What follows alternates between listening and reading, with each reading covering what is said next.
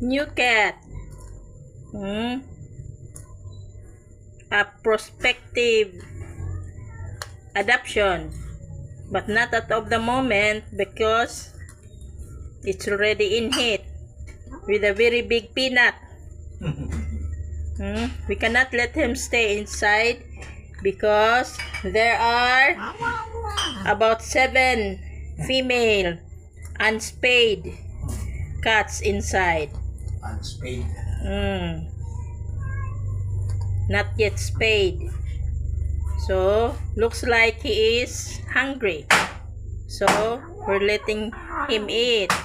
Oh, very handsome boy, oh. Very handsome boy ikaw. Very friendly to humans. Been following the human dad. And lets himself inside as well. Many are watching. See? That's Smooth. A female cat. Doe. That's Tabby. Another female tuxedo. That's Tabby. Warm. Here's the semi-Bengal. And the white cat. Another one there, female. Many female cats endangered. Well, this one will be inside.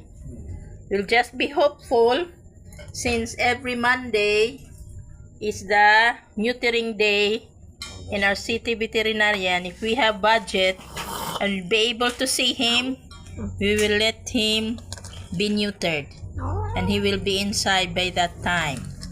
Time knows and his destiny knows. Who are you? Who are you? Who are you? This song was number 1. Are you hungry? You just come when you're hungry, huh? We will feed you.